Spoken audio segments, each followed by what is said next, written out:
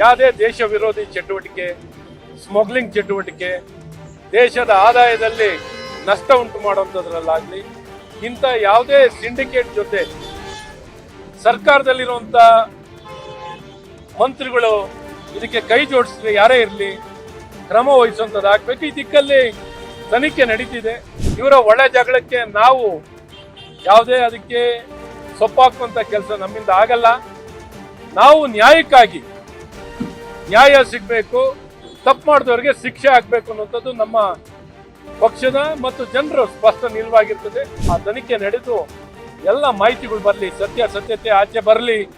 ಬಂದಾಗ ಅದು ನಿಜಕ್ಕೂ ಸ್ಪಷ್ಟವಾಗಿ ವ್ಯಕ್ತವಾಗುತ್ತೆ. ಯಾವ ರೀತಿ ಹಣ ಟ್ರಾನ್ಸ್ಫರ್ ಆಗಿದೆಯೋ, ಹಣ ಬಳಕೆ ಆಗಿದೆಯೋ, ಹಣ ಕೊಟ್ಟಿದ್ದಾರೋ, ಹಣ ಈಸ್ಕೊಂಡಿದ್ದಾರೋ, ಇವರು ಅವ್ರ ಸಂಬಂಧ ಏನು, ಯಾವ ರೀತಿ ಎಷ್ಟು ವರ್ಷದಿಂದ ನಡೀತಿದೆ, ಇನ್ನೊಂದು 106 ಜನ ಜೊತೆ ಅವರ ಸಂಬಂಧ ಇದೆಯಾ, ಈ ರೀತಿ ಅಧಿಕಾರ ದುರ್ಬಳಕೆಯನ್ನ ಇನ್ನ ಬೇರೆ ಬೇರೆ ಕೇಸ್ನಲ್ಲಿ ಮಾಡ್ಕೊಂಡಿರೋ ಎಲ್ಲವೂ ಬಯಲಿಗೆ ಬರುತ್ತೆ. ಹಣ ವರ್ಗಾವಣೆ ಮಾಡಿರ್ಬೋದು ಅಂತ ಹೇಳಿರೋ ನೋಡ್ರೆ ಬಹಳ ಸ್ಪಷ್ಟವಾಗಿ ಗೊತ್ತಾಗ್ತಿದೆ. ಇವರೆಲ್ಲ ಇದರಲ್ಲಿ ಇನ್ವಾಲ್ವ್ಮೆಂಟ್, ಗೃಹ ಸಚಿವರ ಇನ್ವಾಲ್ವ್ಮೆಂಟ್ ಬಹಳ ಸ್ಪಷ್ಟವಾಗಿ 1 ಲಕ್ಷ ವರ್ಗಾವಣೆ ಮಾಡಿದ್ರು ತಪ್ಪೆ. 23 ಲಕ್ಷ ಮಾಡಿದ್ದಾರೆ ಅಂದ್ರೆ ಖಂಡಿತ ಫಿಟ್ ಕೇಸ್.